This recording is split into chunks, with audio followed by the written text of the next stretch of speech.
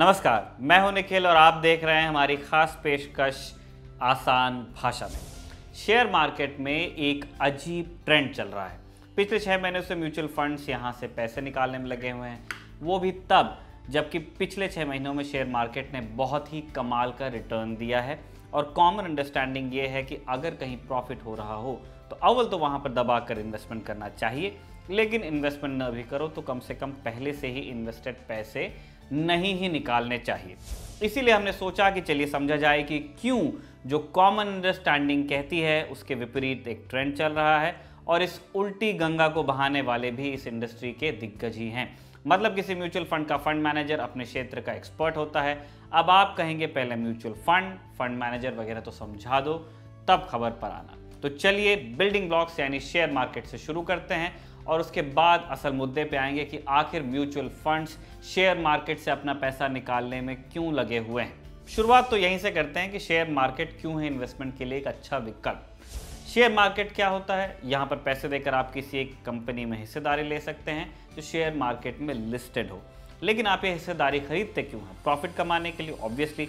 और आपको ये प्रॉफिट 2 तरह से हो सकता है। या तो आपके खरीदे जो शेयर का दाम अभी मान लीजिए 500 रुपये के करीब चल रहा है, हो सकता है कि 1 साल बाद वो 600 के करीब हो जाए, तो आपको 1 साल बाद यही शेयर बेचने पर तकरीबन 100 रुपये का फायदा हो जाएगा। दूसरी बात यह है कि कुछ कंपनियां हर साल अपने शेयर धारकों को डिविडेंड्स देती हैं। डिविडेंड को हालांकि कंपनी द्वारा हुए प्रॉफिट का एक हिस्सा कहा जा सकता है, लेकिन कई बार ये डिविडेंड कंपनी को नुकसान होने पर भी दिए जाते हैं। तो माना कोई कंपनी अपने हर शेयर में इस साल 10 रुपये डिविडेंड दे रही है और आपके पास उस कंपनी के 10 शेयर्स हैं, तो आपको 100 रुपये तो मिल ही जाएंगे, चाहे कंपनी को प्रॉफिट हो या लॉस हो, अगर वो डिविडेंड दे रही है तो। साथ ही जो कंपनी के शेयर्स आपके पास पड़े हैं वो भी आपके पास सुरक्षित हैं, जिन्हें बाद में आप बेचकर फिर 0.1 के हिसाब से प्रॉफिट कमा सकते हैं, यानी शेयर्स बेचकर। लेकिन हर कंपनी आपको फायदा दे ये ज़रूरी नहीं है। कुछ कंपनियां पूरी तरह डूब जाती हैं, जैसे लक्ष्मी विलास। कुछ के शेयर्स की वैल्यू सालों तक क्या दशकों तक लगभग एक सी बनी रहती है, जैसे स्टेट बैंक ऑफ इंडिया। कुछ कंपनियों के शेयर्स कई सालों के बीत जाने के बाद भी नुकसान में रहते हैं, जैसे कि इन दिनों यस बैंक के साथ हो रहा है। और कुछ कंपनियों के शेयर्स उस गति से फायदा नहीं देते जिस गति से बाकी कंपनियों के शेयर्स देते हैं। तो क्या किया जाए? देखिए, शेयर मार्केट में इन्वेस्टमेंट के 2 मुख्य नियम हैं, दही और कई। हाँ, ये हमारे दर्पण जी की भाषा है जो इन एक्सप्लेनर्स को लिखते हैं। पहले दही वाले नियम पे आते हैं। एक दिन में नहीं जमता है दही। ऐसे ही अधिकतर शेयर्स में आप देखेंगे कि अगर वो 1-2 महीने के लिए नीचे भी चले जाएं तो भी उन्हें पिछले 4-5 साल में रिटर्न पॉजिटिव ही पाया जाता है। तो इन्वेस्टमेंट को सट्टे की तरह न लें। मार्केट में आए हैं तो एक तय और लंबी अवधि तक पैसा लगा कर रखें। लेकिन ये पेशेंस, ये दही वाली बात अकेले किसी काम की नहीं है, इसीलिए आपको दूसरे नियम को ध्यान में रखना है, कई। अगर आप किसी एक शेयर में पैसा लगा रहे हैं तो हो सकता है सालों रुकने के बावजूद आपको चिंदी फायदा हो या उल्टा नुकसान हो जाए, क्योंकि क्या पता गलती से वो अकेला शेयर ही लक्ष्मी विलास या DHFL या यस बैंक जैसे हश्र को पहुंचे, जैसा इन दिनों हो रहा है। वैसे हो सकता है कि आने वाले दिनों में ये कंपनी अच्छा भी कर जाए, कौन जाने। यानी जुआ खेलने के हिसाब से इसमें कोई बुराई नहीं है, लेकिन इन्वेस्टमेंट के हिसाब से ये अपने पैर पर कुल्हाड़ी मारना है। मतलब इस तरह की कंपनियों के शेयर्स खरीद लेना। तो क्या करें? पोर्टफोलियो डाइवर्सिफाई करें। बोले तो कुछ शेयर्स में ढेर सारा पैसा लगाने के बजाय ढेर सारे शेयर्स में कुछ कुछ पैसा लगाया जाए। अब आप पूछेंगे कि मारुति और MRF जैसे शेयर्स लेने हो तो आज के हिसाब से उदाहरण लें या इन दोनों के हिसाब से, तो एयरटेल का एक शेयर आपको 500 के अल्ले पल्ले पड़ रहा है, थोड़ा कम हो गया है, ऊपर नीचे होता रहता है। अगले महीने 260-270 के आसपास रुपए देकर आप SBI का भी एक शेयर खरीद लेंगे। लेकिन अगर आपके पास 1000 रुपए हों और ढेर सारी कंपनीज में आप इन्वेस्ट भी करना चाहते हैं तो क्या करना होगा? चलिए, आप ये सोच सकते हैं कि इस महीने 2 कंपनियों में इन्वेस्ट कर देता हूं, अगले महीने 2 और कंपनियों में लगा दूंगा, है ना, जो पिछला हिसाब चल रहा है 500-250 के हिसाब से। लेकिन रिलायंस का एक शेयर 2000 रुपए के करीब का है, मारुति का एक शेयर 7500, प्रिसाइस अगर जाएंगे तो 7750 के करीब है, MRF का एक शेयर 80,000 रुपए का है और आप एक शेयर से कम खरीद भी नहीं सकते हैं। तो क्या इन कंपनियों के शेयर्स और उनसे होने वाले प्रॉफिट से आपको मरहूम रहना पड़ेगा? इसका जवाब है नहीं। आपके लिए डाइवर्सिफिकेशन करते हैं म्यूचुअल फंड्स। म्यूचुअल फंड्स ही वो शेयर है जो आपके लिए 1000 रुपए में ही मारुति, MRF, रिलायंस, जो शेयर आप सोचें सबके सब आपको खरीद कर दे सकते हैं। कैसे और क्यों, यही हमारा मेन टॉपिक है। म्यूचुअल फंड्स की बात करते हैं। मान लीजिए आपकी फल वाली टोकरी हुई पोर्टफोलियो, और अगर उसमें केवल सेब ही है तो आपका पोर्टफोलियो डाइवर्सिफाइड नहीं है, उसमें विविधता नहीं है। अगर इसमें तरह तरह के फल हो गए तो आपका पोर्टफोलियो होगा डाइवर्सिफाइड। सिंपल है। अब कुछ चीज़ें हैं जो आपको आपका पोर्टफोलियो डाइवर्सिफाई करने से रोकती हैं। टोकरी वाला एग्जाम्पल अगर लेते हैं तो आपके पास 10 रुपये हैं, इसमें या तो एक सेब या एक केला या एक संतरा भर आ सकता है, लेकिन आपको तो तीनों चाहिए, सेब केला संतरा तीनों चाहते हैं आप। तो आप अपने जैसे 2 और लोगों को ढूंढिए जिनके पास 10-10 रुपये और हैं। अब चक्कर ये है कि उन्हें भी तीनों फलों का आनंद लेना है। अब आप तीनों अपने अपने 10-10 रुपये मिलाइए, 30 रुपये हो गए, तो तीनों फल आप खरीद सकते हैं और तीनों फ्रूट्स को 1/3 हिस्से में बांटकर तीनों लोग तीनों फलों के मज़े ले सकते हैं। खाइए या टोकरी में सजाइए। लेकिन एक टोकरी में फ्रूट काट कर सजाना अच्छा नहीं लगता, खाते वक्त तो फिर भी ठीक है, तो आप एक कॉमन टोकरी ले लीजिए। बस इसी कॉमन टोकरी का नाम है म्यूचुअल फंड। नहीं समझे? देखिए, आपके पास है 500 रुपये, इसमें आपको MRF का भी एक शेयर चाहिए जो कि 80,000 रुपये के करीब करीब एक आता है, और SBI का भी चाहिए जो 260 से 270 के आसपास है, और ये 2 शेयर्स ही नहीं, 10 और शेयर्स भी चाहिए। तो हज़ारों लोग पैसा पूल कीजिए और जो शेयर चाहिए वो खरीद लाइए। लेकिन इन हज़ारों लोगों को एक साथ कौन लाएगा? ये काम करता है म्यूचुअल फंड। यानी म्यूचुअल फंड में हज़ारों लोग करोड़ों रुपए के इन्वेस्टमेंट करते हैं, और इनको मैनेज करने वाले, जिसे फंड मैनेजर कहते हैं, उस म्यूचुअल फंड में अलग अलग शेयर्स खरीद कर डालते रहते हैं। अब अगर ये लोग शेयर्स खरीद के डालते रहते हैं तो ऑफकोर्स ज़रूरत पड़ने पर बेचते भी रहते हैं। और हाँ, म्यूचुअल फंड में हर एक को बराबर बराबर पैसे देने की कोई ज़रूरत नहीं। कोई अगर 500 दे रहा है तो उसको फ़ायदा नुकसान भी 500 के हिसाब से होगा। कोई 5 लाख दे रहा है तो उसको फ़ायदा नुकसान 5 लाख के हिसाब से होगा। लेकिन इंटरेस्टिंग बात यह है कि आपको 5 लाख रुपए देने पर भी म्यूचुअल फंड के हर वो शेयर्स मिलेंगे जो 500 रुपये देने पर ही मिल जाते। बस हर शेयर में आपका हिस्सा 1000 गुना हो जाएगा। यानी म्यूचुअल फंड वो विकल्प है जिसके द्वारा आप बहुत छोटे से अमाउंट से पोर्टफोलियो डाइवर्सिफाई कर सकते हैं। अब आपको हमने पहले बताया था इस वीडियो में कि म्यूचुअल फंड में हज़ारों लोग पैसा पूल करते हैं और जो शेयर चाहिए वो खरीद लेते हैं। लेकिन आप भी समझते हैं कि हर एक को अलग अलग शेयर्स चाहिए होंगे, सबकी राय एक सी नहीं हो सकती। ऑब्वियसली आप खुद शेयर खरीद रहे हैं तो आप समझ लीजिए दर्जी से कपड़े सिलवाना, ठीक अपने नाप के। लेकिन म्यूचुअल फंड खरीदना तो रेडीमेड कपड़े खरीदने जैसा होता है। तो जो उपाय रेडीमेड कपड़े बनाने वालों को सूझा, वही म्यूचुअल फंड बनाने वाली कंपनियों को भी सूझा। उन्होंने अलग अलग नाप के, अलग अलग रंग के, अलग अलग डिज़ाइन के म्यूचुअल फंड्स बनाए। कहीं सिर्फ शेयर्स में पैसा लगाया, कहीं सिर्फ डिबेंचर में, कहीं सिर्फ गिल्ट में। जी हाँ, ज़रूरी नहीं कि हर म्यूचुअल फंड आपके पैसे सिर्फ शेयर मार्केट में लगाए, वो अलग अलग जगह आपके पैसे इन्वेस्ट कर सकते हैं। शेयर्स यानी कि इक्विटी में, डिबेंचर। अब डिबेंचर क्या है आपको ये समझना है तो हम दर्पण जी की एक और स्टोरी का लिंक आपको इस वीडियो के डिस्क्रिप्शन में देंगे, उसमें भी लगा सकते हैं। और पैसा लगता है गिल्ट में भी। गिल्ट माने सरकारी डिबेंचर, सबसे सुरक्षित माना जाता है। इसके अलावा गोल्ड भी एक ऑप्शन है। तो सिर्फ इक्विटी में पैसा लगाने वाले भी कई तरह के म्यूचुअल फंड हुए। जैसे किसी म्यूचुअल फंड ने सिर्फ फार्मा कंपनीज के शेयर लिए, तो किसी म्यूचुअल फंड ने सिर्फ IT कंपनीज के शेयर लिए। मतलब कुल मिलाकर ये समझ लीजिए, जितने परम्यूटेशन कॉम्बिनेशंस आप सोच सकते हैं उतने तरह के म्यूचुअल फंड्स मार्केट में मिल जाएंगे। आपको एक मुश्त पैसे लगाने हैं तो वैसे, आपको हर महीने थोड़े थोड़े पैसे लगाने हैं तो वैसे, आपको म्यूचुअल फंड में पैसे लगाकर टैक्स बचाना हो तो टैक्स सेविंग फंड भी है। यानी बेशक 500 रुपये में आपको दर्जी वाली बिल्कुल फिटिंग वाली शर्ट नहीं मिली, लेकिन उतने में आपको काफ़ी हद तक की फिटिंग वाली शर्ट मिल गई। कभी कभी आपकी किस्मत अच्छी हो तो रेडीमेड भी बहुत फिटिंग का निकल जाता है। लेकिन म्यूचुअल फंड में केवल पोर्टफोलियो डाइवर्सिफिकेशन भर का ही फायदा नहीं होता है। इसमें बड़े बड़े फंड मैनेजर्स होते हैं जिन्होंने सालों इसी चीज़ की पढ़ाई की होती है और फिर बाजार का अनुभव लिया होता है, वही लोग इसे मैनेज करते हैं। यानी अगर सब कुछ ईमानदारी से हुआ तो रिस्क उस इन्वेस्टमेंट से कम होगा जो आप करना चाह रहे हैं, और रिटर्न उससे ज़्यादा। जितना आपको खुद अपना पोर्टफोलियो बनाकर मिलता, उससे कम रिस्क और ज़्यादा फायदा। इसीलिए तो म्यूचुअल फंड्स को काफ़ी हद तक सुरक्षित माना जाता है। रही बात ईमानदारी की, कि उन म्यूचुअल फंड्स पर सेबी का दबाव या कहें डंडा भी रहता है। चीज़ें पारदर्शी रखना पड़ती हैं इनको सेबी के चलते।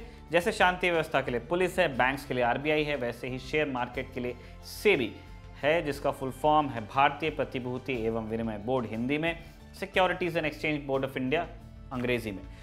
इसकी मर्जी के बिना शेयर मार्केट का पत्ता भी नहीं हिल सकता है भारत में। आगे बढ़ें उससे पहले आपको एक और चीज़ बता देते हैं, एसआईपी यानी सिस्टमैटिक इन्वेस्टमेंट प्लान, यानी हर महीने या साल में 2, 3 या 4 बार म्यूचुअल फंड्स में बिना नागा पैसे डालते रहना। ये एसआईपीज आपके पोर्टफोलियो को 3 लेवल पर डाइवर्सिफाई कर देते हैं। एक एक करके समझते हैं। पहला तो आपने म्यूचुअल फंड लिया, मतलब एक ही नहीं कई शेयर्स या डिबेंचर्स का गुच्छा ले लिया, तो फर्स्ट लेवल डाइवर्सिफिकेशन हो गया। फिर आपने एक ही नहीं 3-4 तरीके के म्यूचुअल फंड्स लिए, सेकेंड लेवल का डाइवर्सिफिकेशन है। फिर आपने हर फंड में एक मुश्त पैसे नहीं डाले, थर्ड लेवल का डाइवर्सिफिकेशन हुआ। सोचिए अगर आपने एक मुश्त पैसे डाल दिए होते और मार्केट गिरते रहता, तो कहते हैं ना म्यूचुअल फंड्स मार्केट जोखिमों के अधीन है, तो आपके पैसे बढ़ने के बजाय घट जाते। वहीं अगर आप गिरते हुए मार्केट में पैसे डाल रहे हैं तो आपको हर फॉल पर अधिक माल मिलता चला जाता और आप अपने पिछले महीने के नुकसान को अगली बार काफ़ी हद तक जीरो कर पाते। और जब पैसे बढ़ना शुरू होंगे तो निचले दामों पर खरीदे गए माल के ज़्यादा पैसे बढ़ेंगे। वैसे बता दें, इस माल को म्यूचुअल फंड में यूनिट्स कहते हैं। आपने सुना होगा यूलिप, वो इंश्योरेंस प्लान्स जो पारंपरिक प्लान से इस तरह अलग होते हैं कि इसमें आपको एक निश्चित रिटर्न की गारंटी तो नहीं दी जाती, लेकिन हो सकता है कि पॉलिसी मैच्योर होने पर आपको कहीं ज़्यादा पैसे मिल जाएं। यूलिप बोले तो यूनिट लिंक्ड इन्वेस्टमेंट प्लान, यानी इंश्योरेंस के प्रीमियम के अलावा बाकी सारा पैसा मार्केट में लगाना। अब वापस आते हैं आज के मुद्दे पर। फाइनली खबर यह है कि म्यूचुअल फंड पिछले 6 महीनों से लगातार शेयर मार्केट से पैसे निकाल रहे हैं। अब इसका मतलब आप जानते हैं कि जो पैसे आपने म्यूचुअल फंड्स में जमा किए हैं वो पैसे धीरे धीरे शेयर मार्केट से निकाले जा रहे हैं और इन्हें या तो बाकी जगह इन्वेस्ट किया जा रहा है या फिर कैश के रूप में रखा जा रहा है। हालांकि म्यूचुअल फंड्स एक लिमिट से ज़्यादा अमाउंट कैश के रूप में या बिना कहीं इन्वेस्ट किए लंबे समय तक नहीं रख सकते हैं। बीते महीने यानी कि दिसंबर 2020 में शूट हो रहा है, नवंबर 2020 की बात कर रहे हैं। नवंबर में ही म्यूचुअल फंड्स द्वारा कुल 30,760 करोड़ रुपए शेयर मार्केट से बाहर निकाले गए हैं। इससे पहले म्यूचुअल फंड्स ने जून से अक्टूबर के बीच शेयर मार्केट से महीनेवार क्रमशः 612 करोड़, 9,195 करोड़, 9,213 करोड़, 4,134 करोड़ और 14,492 करोड़ रुपए निकाले। मतलब लगातार पैसा बाहर आ रहा है। म्यूचुअल फंड शेयर मार्केट से पैसे तब बाहर निकाल रहे हैं जब इन 6 महीनों में शेयर मार्केट ने बड़ी लंबी रेस लगाई है। स्पेसिफिक होकर बोलें तो टॉप 30 शेयर्स की सेहत बताने वाला सेंसेक्स 6 महीनों में यानी 1 जून 2020 से 27 नवंबर 2020 तक 32.57% बढ़ा है, 32.57, एक तिहाई। ये कितनी बड़ी रैली है, इसे ऐसे समझिए कि ठीक इससे पहले इतनी ही वृद्धि करने में सेंसेक्स को 4 साल से कुछ ज़्यादा लगे थे, फरवरी मार्च 2016 से लेके 29 मई 2020 का वक्त। अब इस बात को समझते हैं कि शेयर मार्केट से म्यूचुअल फंड्स पैसा निकाल क्यों रहे हैं। शेयर मार्केट्स में 2 चीज़ों का बड़ा महत्व होता है, फियर एंड ग्रीड, मतलब डर और लालच। डर ज़्यादा होता है तब जब मार्केट गिर रहा होता है और तब डर के मारे लोग और पैसे निकालने लगते हैं। कुछ चक्र के चलते पहले से गिर रहा मार्केट और गिरने लगता है। ग्रीड ज़्यादा होती है तब जब मार्केट चढ़ रहा होता है और तब लालच के मारे लोग और भी पैसे इन्वेस्ट करने लग जाते हैं और मार्केट और भी तेज़ी से बढ़ने लगता है। तो फिर वही सवाल, जब म्यूचुअल फंड्स को ग्रीडी होना चाहिए वो फियर जोन में क्यों जा रहे हैं? उत्तर है पुराने अनुभवों, पी रेशियो और प्रॉफिट बुकिंग के चलते। एक एक करके इन तीनों चीज़ों को समझते हैं, पुराने अनुभव, पी रेशियो और प्रॉफिट बुकिंग। पहले आते हैं पुराने अनुभव पे। पुराने अनुभव कहते हैं कि जब शेयर मार्केट उम्मीद से तेज़ी से बढ़ रहा होता है तो अचानक तेज़ी से गिरता है। इस बढ़ने को बबल कहते हैं और इसके तेज़ी से गिरने को इस बबल का फूटना। साल 2000 में यूएस में भी ऐसा ही हुआ था जब .com बबल फूटा। .com बबल बोले तो अमेरिका में लोग उन कंपनियों के शेयर्स में पैसे लगा रहे थे जिनके नाम के आगे .com लिखा रहता था। वो नए नए इंटरनेट के दिन होते थे। तटपूंजी भी कोई कंपनी खोल लेते थे, सिर्फ पेपर्स में, कोई ऑफिस नहीं, कोई इंफ्रास्ट्रक्चर नहीं, कोई बिजनेस मॉडल नहीं, और उसका नाम रख देते अलाना.com, फलाना.com। उस टाइम ये चल रहा था स्कैम। अमेरिकी शेयर मार्केट में लिस्ट करवा लेते इसके बाद, ये कंपनी खोलने के बाद, और देखते ही देखते इन शेयर्स को खरीदने वालों की बाढ़ आ जाती। लेकिन ऐसी बिना नींव की इमारत कब तक टिकती? एक दिन ये कंपनियां और इनके चलते अमेरिकी शेयर मार्केट ऐसे डूबे कि फिर माइक्रोसॉफ्ट जैसी कंपनी को भी वापस उस मार्क तक पहुंचते पहुंचते कितने साल लगे मालूम है? 16 साल। वो तो माइक्रोसॉफ्ट थी, वरना कई कंपनियां तो ऐसी डूबी थी कि थी हो गई, मतलब खत्म हो गई। तो ऐसे ही किसी बबल के फूटने का फियर म्यूचुअल फंड कंपनीज की ग्रीड पर हावी होता जा रहा है। अब आते हैं पी रेशियो पर। पी रेशियो मतलब प्राइस टू अर्निंग रेशियो। इसे ऐसे समझिए, अगर किसी कंपनी की कीमत 500 रुपये है तो उसने इस साल 50 रुपये की कमाई की है, तो उसका पी रेशियो हुआ 500/50 यानी कि 10। मतलब उस कंपनी से 1 रुपया कमाने के लिए आपको 10 रुपये इन्वेस्ट करने पड़ेंगे। अब बाय द वे अगले साल कंपनी की कीमत वही 500 रुपये रहती है, लेकिन अब की वो 100 रुपये की कमाई करके देती है, तो इस साल उसका पी रेशियो हो गया 500/100 यानी कि 5। मतलब अब की बार आपको 1 रुपये कमाने के लिए सिर्फ 5 रुपये इन्वेस्ट करने पड़ेंगे। अब तीसरे सिनेरियो में आते हैं। तीसरे साल कंपनी की कीमत हो जाती है 1000 रुपये, लेकिन वो कमा के वही पहले साल की तरह सिर्फ 50 रुपये देती है, तो इस साल उसका पी रेशियो हो गया 1000/50 यानी कि 20। यानी इस कंपनी में अब आपको 1 रुपया कमाने के लिए अगर इन्वेस्ट करना चाहते हैं तो 20 रुपये इन्वेस्ट करने पड़ेंगे। यानी पी रेशियो कम से कम रहे, इसके लिए या तो कंपनी की कीमत कम होती चली जाए या फिर कंपनी अपनी अर्निंग बढ़ाती जाए। इसका उल्टा होगा तो पी रेशियो बढ़ता चला जाएगा। अब पी रेशियो कैलकुलेट करने के लिए कंपनी की कमाई तो कंपनी की बैलेंस शीट से पता चल जाएगी, लेकिन कंपनी की कीमत का आप पता कैसे लगाएंगे? किसी कंपनी के लिए लोग कितने रुपए देने को तैयार हैं, ये कैलकुलेट नहीं किया जा सकता। ये तब पता चलता है जब कंपनी लोगों के पास जाती है पूछने, अपनी कंपनी की कीमत पता लगाने, और कंपनी जाएगी कहाँ? Share market. वहीं पर तो उसे पता चलेगा कि लोग मेरे एक शेयर के लिए कितने पैसे देने को तैयार हैं, और जितने पैसे लोग एक शेयर के लिए देने को तैयार हैं उससे अगर उसके टोटल नंबर ऑफ शेयर से आप मल्टीप्लाई कर देंगे तो वो हो गई कंपनी की मार्केट द्वारा लगाई गई वैल्यू या मार्केट कैपिटलाइजेशन, शॉर्ट में मार्केट कैप। और यही वो अमाउंट होता है जिसके सहारे हम पी रेशियो वाले समीकरण को पाते हैं। तो फॉर्मूला यह है कि किसी कंपनी का P ratio is equal to company का मार्केट कैप बटे कंपनी की कुल कमाई। कंपनी के मार्केट कैप को उसकी कुल कमाई से आप डिवाइड कर दीजिए, आपको पी रेशियो मिल जाएगा। अब पी एक रेशियो है तो ये पूरी कंपनी के लिए जितना होगा उतना ही एक शेयर के लिए भी होगा। इसीलिए किसी कंपनी के एक शेयर का पी रेशियो यानी कि उस शेयर का मूल्य बटा उस शेयर से होने वाली कमाई, मतलब कंपनी का मार्केट कैप बटे कंपनी की कुल कमाई। फॉर्मूला वही है। यूं आपको समझ में आ गया होगा कि अगर कंपनी की कमाई कांस्टेंट रहे, मतलब बिल्कुल भी ना बदले, तो जैसे जैसे किसी कंपनी के शेयर का मूल्य बढ़ता जाएगा उसका पी रेशियो भी बढ़ता जाएगा। मतलब 1 रुपया कमाने के लिए पहले से और ज़्यादा पैसे लगाने होंगे। इसीलिए ही इस पी रेशियो का शेयर मार्केट में इतना महत्व है। सोचिए अगर किसी कंपनी का पी रेशियो बढ़ता चला जा रहा है तो इसका मतलब उसकी कमाई तो बढ़ नहीं रही, लेकिन उसके शेयर्स की कीमत बढ़ती चली जा रही है, या फिर जिस तेजी से कमाई बढ़ रही है उससे कहीं ज़्यादा तेजी से शेयर्स के रेट ऊपर जा रहे हैं। और जब किसी कंपनी के लिए ये पी रेशियो बहुत अधिक हो जाता है तो समझ लेना चाहिए कि अब थमने का समय है। यानी अब तो कंपनी को प्रॉफिट कमा कर देना होगा या फिर शेयर्स के दाम में लगी आग बुझेगी, तभी पी रेशियो अपने सामान्य और कम डराने वाली स्थिति में आएगा। अगर कार का इंजन ओवरहीट हो गया है तो कार से उतरिए, उसके ठंडे होने का इंतजार कीजिए और फिर से कार में चढ़िए। इसी को अगर शेयर मार्केट के संदर्भ में कहें तो पी बहुत ज़्यादा होने पर पैसे निकाल लीजिए, मार्केट के गिरने का इंतजार कीजिए, फिर डिप या करेक्शन आने पर शेयर्स खरीदिए। हालांकि ये एक्सपर्ट्स का कहना है, पर शेयर मार्केट अगर इतना ही प्रेडिक्टेबल होता तो इजी मनी किसे प्यारा नहीं। इसका मतलब ये सारा साइंस ये कॉन्टेक्स्ट में है, इसे नियम मान करके पैसा निकालने में मत लग जाइएगा। खैर, इतने गुणा भाग के बाद आप अगर आसान भाषा में सब कुछ समझ गए होंगे तो आप समझ गए होंगे कि किसी कंपनी का पी रेशियो ज़्यादा होने का मतलब कंपनी के शेयर्स अपनी औकात से कुछ ज़्यादा ही महंगे हो गए हैं। अब सिर्फ इस पी रेशियो से कोई निष्कर्ष नहीं निकाला जा सकता। सोचिए अगर आपसे कहा जाए कि अमुक कंपनी का पी रेशियो 33.35 है, तो आप पूछेंगे कि ये कम है कि ये ज़्यादा है। ये मालूम कैसे चलेगा कि कितना पी ज़्यादा होता है और कितना सुरक्षित? इसीलिए पी रेशियो की जाती है तुलना, या तो कंपनी के पी रेशियो हिस्ट्री से या फिर सेम इंडस्ट्री की बाकी कंपनी के पी रेशियो से। सेम इंडस्ट्री बोले तो आप इन्फोसिस के पी की तुलना आईसीआईसीआई से करके कोई निष्कर्ष नहीं निकाल पाएंगे। एक टेक है, एक बैंक है। आपको इन्फोसिस की तुलना एचसीएल या वेप्रो जैसी किसी और टेक या आईटी कंपनी के साथ और आईसीआईसीआई की तुलना एसबीआई या एचडीएफसी जैसी किसी दूसरी बैंकिंग कंपनी के साथ करनी होगी, ताकि पता चल सके कि किस कंपनी के शेयर्स महंगे हैं। यानी कि एक ही सेक्टर की कंपनी होनी चाहिए।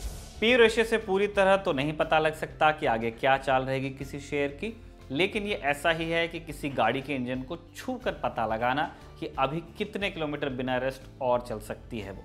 किसी शेयर का इंजन है पी रेशियो, वो जितना ज़्यादा हो चुका मानिए उतना गर्म हो चुका। तो अब म्यूचुअल फंड्स चलाने वाली कंपनियों ने शेयर मार्केट नाम की गाड़ी के इंजन में हाथ लगाकर देखा तो वो काफ़ी गर्म हो चुका था। उन्होंने इस गाड़ी में आग लगे या फिर बंद हो जाए इससे पहले ही उतर जाना तय किया। पी रेशियो कैसे बढ़ा, इसे एक कंपनी नहीं निफ्टी 50 के माध्यम से समझते हैं। निफ्टी 50 भारत की टॉप 50 कंपनियों का सूचकांक है, मतलब इसका पी रेशियो टॉप 50 कंपनियों के पी रेशियो का औसत माना जा सकता है। तो 23 मार्च 2020 में जब मार्केट डूबता चला जा रहा था तो निफ्टी का पी रेशियो 17.15 था। अभी ये 36.46 हो चुका है, यानी दोगुने से भी ज्यादा, तब जबकि मार्केट का 23 मार्च 2020 की तुलना में दोगुना होना कोसों दूर है, यानी वही हो रहा है। कंपनी ने अपना प्रॉफिट डबल नहीं किया लेकिन उसके शेयर्स की वैल्यू बढ़ती जा रही है। यानी आज तुलनात्मक रूप से दोगुने पैसे देने के बावजूद आप 23 मार्च 2020 के दिन वाली कमाई से कम पैसा उठा पाएंगे।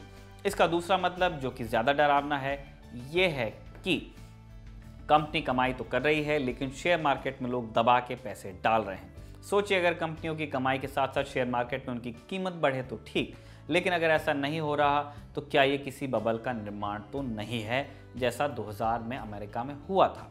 इसी बबल से म्यूचुअल फंड चलाने वाले डरे हुए हैं और वो इंतजार कर रहे हैं करेक्शन का, मतलब मार्केट के एक डुबकी लगाने का। उन्हें इंतजार है इंजन के ठंडा होने का। लेकिन जैसा कि हमने शुरू में बताया था शेयर मार्केट के बारे में कि बड़े धोखे हैं इस राह में। प्रॉफिट बुकिंग को भी समझिए, इसका भी असर पड़ता है। अगर आप किसी शेयर में इन्वेस्ट करते हैं तो इसीलिए ताकि उससे बाद में ज़्यादा दाम पर बेच सकें।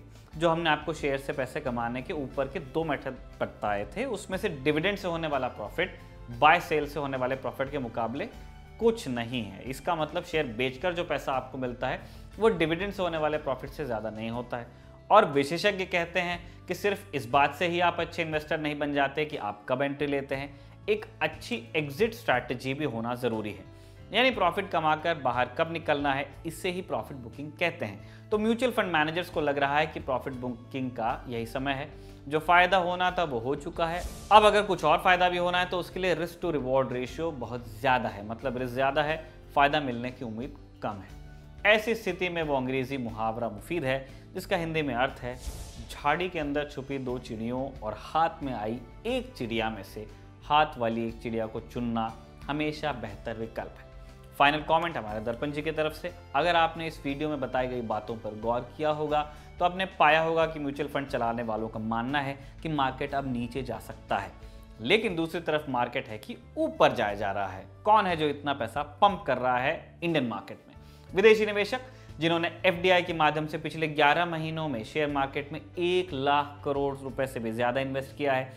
इसके इस डिपॉजिट के मुकाबले म्यूचुअल फंड का विड्रॉल बहुत कम है। साथ ही पिछले 11 महीनों में हम आप जैसे रिटेल इन्वेस्टर्स ने भी शेयर मार्केट में सीधा पैसा लगाने के बजाय रास्ता चुना वाया म्यूचुअल फंड्स जाने का। कमेंट बॉक्स में लिखकर जरूर से बताइएगा कि ये एक्सप्लेनर्स आपको कैसे लगते हैं। क्या इनमें किसी तरह के सुधार की गुंजाइश आपको लगती है प्रेजेंटेशन में, या जिस तरह एक्सप्लेनर्स लिखे जाते हैं उसमें? और अगर आप इस वीडियो को देख रहे हैं और यहाँ तक देखते देखते आ गए हैं तो शुक्रिया अदा कीजिए इस एक्सप्लेनर को लिखने वाले, लंबे डिटेल एक्सप्लेनर को लिखने वाले हमारे साथी दर्पण जी का, और कैमरे के पीछे इसे बड़े संयम के साथ रिकॉर्ड करने वाले हमारे साथी विभव का। उनका शुक्रिया भी कीजिएगा जो इस वीडियो को एडिट करेंगे, उनका नाम आपको डिस्क्रिप्शन में मिलेगा। देखते रहिए दी ललन टॉक।